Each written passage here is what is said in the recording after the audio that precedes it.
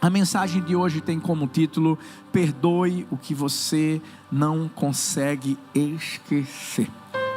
Vamos falar sobre perdão. Eu não sei quantos gostam de sushi aqui. Quem gosta de sushi? Quem gosta? Todo mundo, quase todo mundo, mais ou menos. Mas é engraçado porque quando a gente vai comer sushi, por mais que a gente pense assim, eu não posso ir com a camisa branca. Por quê? Porque senão o shoyu pode manchar a camisa. Mas é engraçado, você do nada vai lá, está trocando de roupa e coloca aqui camisa branca. Você coloca branca. Depois diz assim: vou comer sushi, estou com uma camisa, mas vou ter cuidado para não cair o shoyu na camisa e manchar. Mas é sempre assim, você chega lá no restaurante, né, você pega, né, aqueles pauzinhos. Inclusive eu aprendi depois de muito tempo tentando aprender a usar aquele negocinho, sempre pedir ajuda. Hoje eu já sei usar. Mas quando você pega com todo o cuidado do mundo, sashimizinho, aquele sashimi de salmão gostoso, maravilhoso, que você coloca no shoyu e que você está pegando assim com todo o cuidado, o que é que acontece? Ele cai. É sempre assim. E aí, vai e mancha a sua camisa. Alguns restaurantes têm uma aguinha quente com limão e diz que sai, mas a maioria das vezes não sai de jeito nenhum. E o pior de tudo é que toda vez que você usa aquela camisa, ela vai estar manchada e você vai se lembrar do que aconteceu. O que é que tem a ver com a mensagem de hoje, pastor, sobre perdão? Feridas não tratadas são manchas na nossa alma que ficam lá e que infelizmente fazem com que a gente deixe de viver a vida abundante que Deus tem para nós. Quando a gente fala sobre perdão, nós falamos sobre algo que não é uma opção.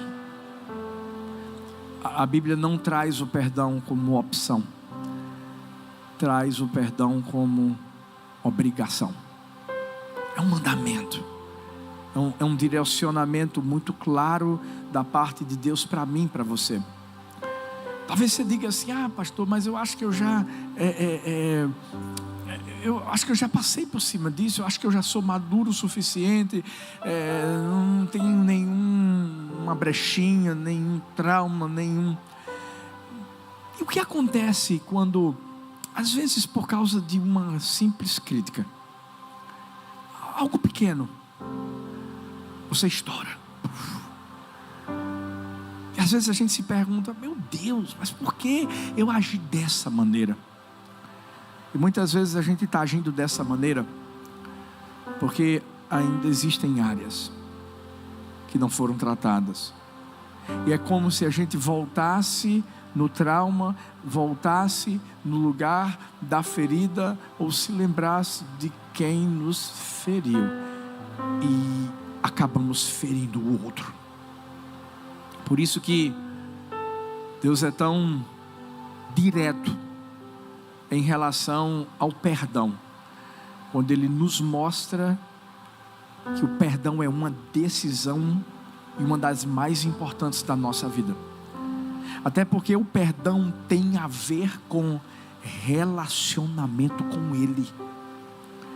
A Bíblia é muito clara quando nos diz que se nós não perdoarmos os outros como Deus nos perdoou, nós não seremos perdoados. E sabe o que é que isso significa? Que nós estaremos quebrando um elo de relacionamento com Deus. Nós só podemos nos aproximar de Deus e nos relacionarmos com Ele, termos comunhão com Ele, se nós liberarmos o perdão. Por mais que eu e você possamos dizer: pastor, se eu pudesse mudar o que aconteceu. A gente não tem esse poder, mas a gente tem um poder, de não permitir que dentro de nós aconteça a mesma coisa que aconteceu do lado de fora. Hoje eu quero que a voz de Deus ecoe para mim e para você. E Deus diga: quebre o ciclo, filho. Quebre o ciclo, filha. E passe a viver uma nova história. Como é que a gente pode perdoar o que a gente não consegue esquecer? Primeiro, mais uma vez eu quero enfatizar que o perdão não é opcional, ele é uma ordem. Mas ao mesmo tempo, a reconciliação é uma possibilidade. Você sabe por que a maioria das pessoas acham que não liberaram perdão? Porque elas pensam que perdoar é a mesma coisa que se reconciliar. E não é. O perdão é obrigação. A reconciliação é uma condição. É condicional. Nem todos que você perdoar vão continuar a caminhar com você. A gente vai observar, por exemplo, o próprio Judas Iscariotes. Deus queria perdoá-lo? Claro que sim. Perdão para todos. Mas nós não vamos encontrar arrependimento, nós não vamos encontrar responsabilidade e não vamos encontrar reparo na vida de Judas Iscariotes. Presta bem atenção nessas três coisas: arrependimento, responsabilidade e reparo. Judas Iscariotes sentiu remorso diante do que fez contra Jesus, mas não arrependimento. Ele não assumiu a responsabilidade de ter errado e não houve o reparo, ele se matou.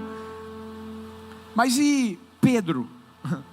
Pedro errou, pecou, mas foi perdoado. Por quê? Porque se arrependeu, assumiu a responsabilidade e houve o reparo, a ponto de ele ter se tornado simplesmente o líder da igreja primitiva. Talvez quem te feriu não se aproxima mais de você, e nem você quer se aproximar dessa pessoa. Por quê? Porque não houve transformação. Jesus se colocava diante dos pecadores, sim, diante dos pecadores que queriam ser transformados, que queriam ser mudados e queriam receber a palavra que ele lançava de arrependimento. A palavra de Jesus sempre foi de arrependimento, desde a época de João Batista: arrependei-vos e crede no evangelho. Mas o mesmo Jesus que dizia: se alguém te esbofetear de um lado da face, vira a outra, foi o mesmo que disse para os discípulos: se você chegar em algum lugar e essas pessoas não receberem o evangelho que vocês estão levando, sacudam o pó e saiam, porque elas tiveram a oportunidade, mas não a agarraram. Escute uma coisa: não acho que você é alguém fraco espiritualmente. Sabe por quê? Talvez você pense assim: ah, pastor, eu já perdoei, Deus sabe no meu coração, eu já liberei perdão para essa pessoa, mas sabe, eu não me sinto mais bem em estar caminhando como ela. Sim, e não tem nada de errado nisso. A partir do momento que você entende que essa pessoa não quis a transformação, até porque todos nós temos a oportunidade, e se ela não aceita, esse é o momento de você continuar seguindo em frente. Até porque o desejo do coração de Deus é a nossa liberdade. E a chave que abre a porta da liberdade para mim e para você se chama perdão.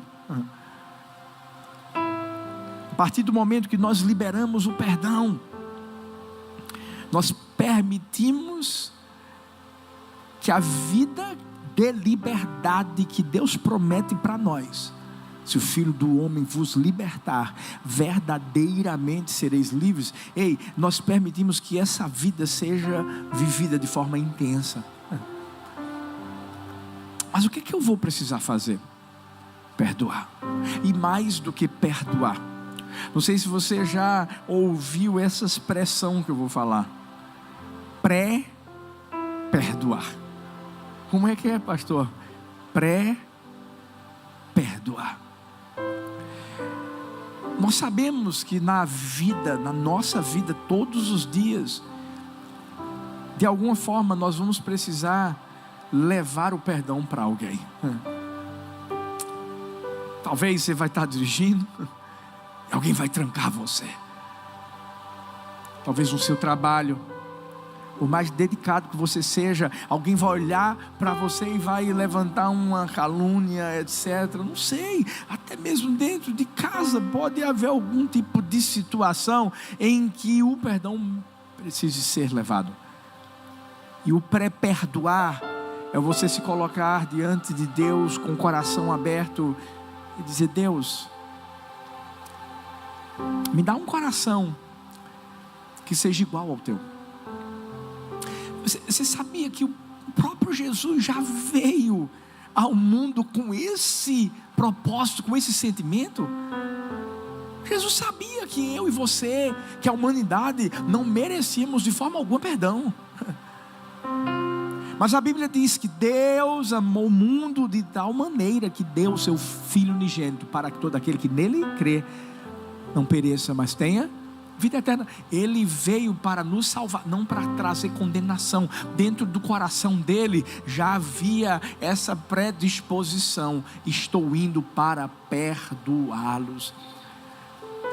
É isso que a gente tem que fazer quando a gente acorda pela manhã, é mostrar a Deus que a gente só quer se parecer com Ele, que diante de qualquer situação difícil, que diante de qualquer investida do inimigo, porque sabemos que há uma guerra espiritual que a gente vive, ei, que o nosso coração esteja disposto a pré-perdoar, a antecipar-se no perdão, para que eu e você não venhamos a ficar presos. Porque o perdão é isso, é fechar a porta da amargura, da ira, do rancor, do ódio, do ressentimento. Pré-perdoar é simplesmente você trancar a porta com 7 chaves e dizer: aqui você não entra. Quando a Bíblia diz que vamos ser conhecidos pelo amor, o amor está ligado ao perdão, gente. Por mais que alguém faça um mal contra mim ou contra você, o perdão precisa ser nossa prática diária para nos parecermos com Deus. Por isso que a Bíblia vai mostrar que a gente pode até se irar. Irai-vos e não pequeis. Não podemos deitar a cabecinha no travesseiro com aquele sentimento de raiva. Sabe por quê? O sentimento de raiva pode se transformar numa mão vingativa lá na frente. Qual foi o erro de Caim?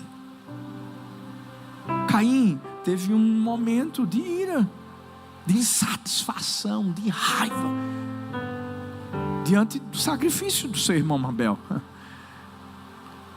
Mas olha o que Deus vai fazer. Deus vai até Caim para dizer: Caim, cuidado, o pecado jaz à porta do seu coração, ele está batendo aí, mas cabe a ti dominá-lo. Você sabe o que Deus sempre faz comigo e com você? Faz o que fez com Caim. No momento em que a gente está vivendo alguma situação de raiva, de ressentimento, de rancor, de ódio, de mágoa ou de ferida por alguém, Ele vem até nós. Hoje Deus está vindo até nós. Hoje Deus está falando comigo e com você. Eu não conheço de forma alguma a sua história, mas talvez você já viveu traumas e feridas lá atrás que vieram a fazer você carregar um peso até hoje. Sabe o que Deus está fazendo hoje? Está dizendo assim: filho, filha, cabe a ti dominá-lo. Deixa eu te dizer, esse sentimento não é mais forte do que Deus que está dentro de você. Não é mais forte do que o amor que foi derramado pelo Espírito Santo de Deus dentro do seu coração.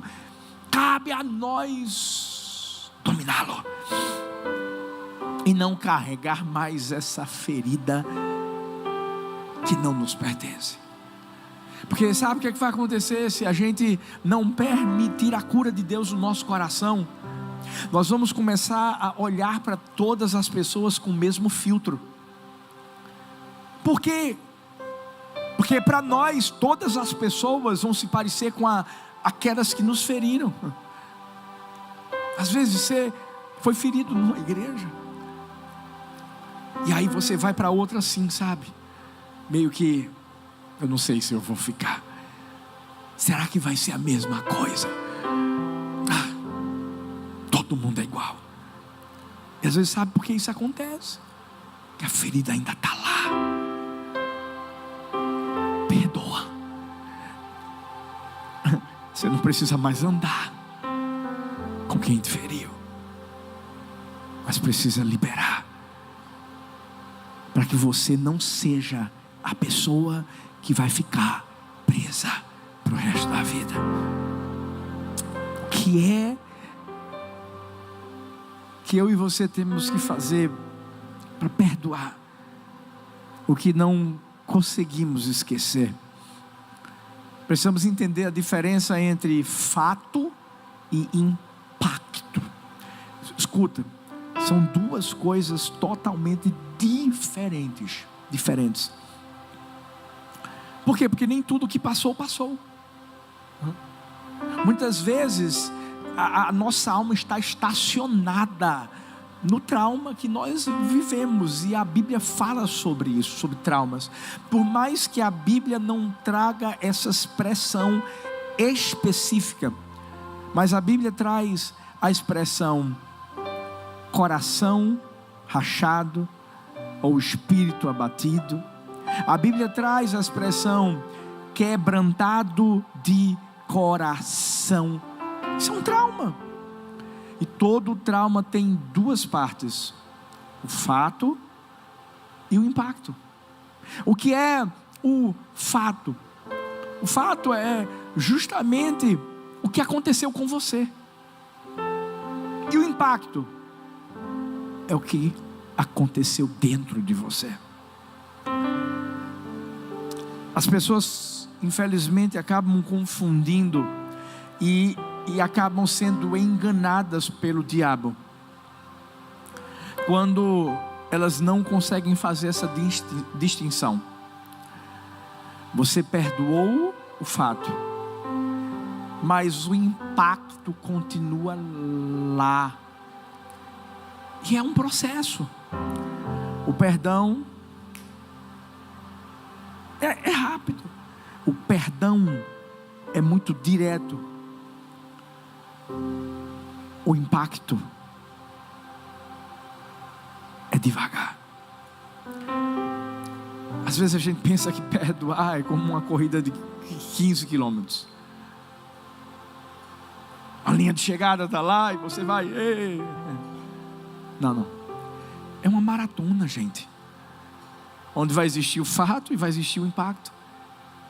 Algumas vezes vão vir lembranças. Talvez palavras que você ouviu. Talvez é o cheiro. Uma imagem. Talvez são pequenas imagens que ainda ocupam a sua mente, e talvez por isso você diz assim: meu Deus, será que eu perdoei? Será que eu... Deixa eu te explicar uma coisa pela Bíblia. José foi vendido como escravo pelos seus próprios irmãos, e a Bíblia diz que quando ele se encontrou, sabe o que ele fez? Chorou. Mas ele não só chorou, ele chorou de uma forma muito alta. As pessoas ouviram. Por mais que ele tivesse se escondido para poder, não mostrar o que estava dentro do seu coração, ele chorou. E talvez você diga assim: meu Deus, pastor, então José não tinha perdoado os irmãos, José estava com ódio. Não era isso, gente. O que aconteceu já tinha sido perdoado, mas ainda tinha tido impacto. O impacto estava lá, e era a forma dele desabafar, sair. Talvez você pergunte assim: mas por que Deus permite que essa dor não saia de uma forma rápida? É porque se sair de forma rápida pode esmagar o meu coração e o seu. Pode.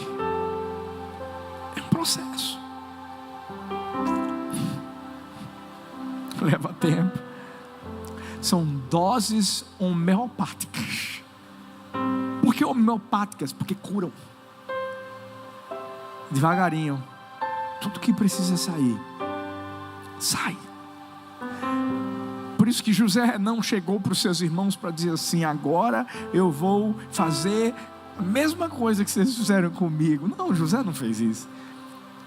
José falou para os seus irmãos que sabia que tudo que tinha acontecido porque Deus tinha permitido o cuidado dele sobre José, e não só sobre José, mas sobre a sua casa. Os sonhos se tornaram realidade, mas José sabia a diferença entre fato e impacto. Talvez hoje você vai precisar deixar sair alguma coisa que ainda não saiu. Talvez hoje o Espírito Santo de Deus vai te lembrar de alguma ferida que ainda está sendo curada e que ainda não foi totalmente cicatrizada, está com a casquinha. E o cuidado que você vai ter que ter é não esbarrar, para aquela ferida não se tornar maior. O que Deus quer é que a gente ressignifique. Escuta essa palavra: ressignificar. É dar um sentido diferente, é fazer o que José fez. Espera aí. Não foi para me destruir, foi para me abençoar e abençoar a minha casa. Foi para me amadurecer, foi para me fortalecer, foi para eu me tornar o homem ou a mulher que eu sou hoje. Mas a gente vai ter que entender que perdão não é um evento. Não. Perdão é algo rotineiro, é disciplina. Por isso que a gente vai encontrar o próprio Jesus diante das pessoas que gritavam: crucificam, dizendo: Pai, perdoa-lhes, porque não sabem o que fazem. Talvez você diga assim: pastor, você está brincando comigo? Perdão tem que ser uma disciplina, perdão tem que ser rotineiro. Pedro certa vez pergunta para Jesus: quantas vezes eu vou ter que perdoar? 7 vezes? Quando Pedro faz essa pergunta, gente, deixa eu te falar, pela cultura rabínica, Pedro achava que estava abafando. Pedro achava que estava sendo super espiritual, porque o número 7 já era algo poderoso, é o número de Deus, da perfeição, da plenitude. Sabe o que Jesus faz? Diz assim: não é 7 vezes, 70 vezes 7. E Jesus não estava ensinando matemática para os seus discípulos, não, tá, gente? O que Jesus estava querendo dizer é o seguinte: vai ter que ser tão rotineiro que você vai perder as contas. Você não vai ter que fazer uma listinha para dizer assim: perdoei uma vez, 2 vezes, 3 vezes, 4 vezes. Vamos chegar aqui. Não, não. Perdão vai envolver o fato, vai envolver o impacto. Por isso que ele precisa ser algo rotineiro, diário. Por mais que você diga assim: pastor, mas e a justiça? E a justiça para quem fez o mal? E a justiça para quem me feriu? E eu quero que você entenda, por favor, que eu não estou de forma alguma diminuindo sua dor. E nem estou menosprezando sua ferida. Mas existe um que também foi ferido. Um que viveu dores e que nos ensinou que essa tem que ser a nossa atitude. E por mais que você diga: mas o senhor está falando de Jesus, pastor. Então vamos falar de Estevão, que estava sendo apedrejado, que estava morrendo, porque ele estava levando o evangelho. E sabe o que ele fez? Pai, perdoa-lhes, porque não sabem o que fazem.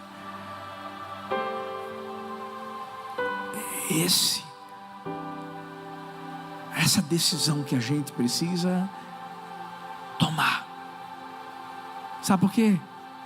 Não se esqueça, você não é o juiz, você é o filho. O pai é ele. E é o pai que se responsabiliza por julgar. Não você, não eu. Em último lugar, como perdoar o que você não consegue esquecer. Entenda que o perdão é um ato de resistência espiritual. Por que resistência espiritual?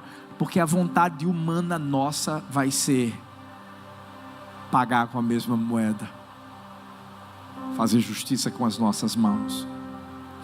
Em 2006, numa cidade lá na Pensilvânia, no meio de uma comunidade Amish, um homem chamado Charles Roberts, ele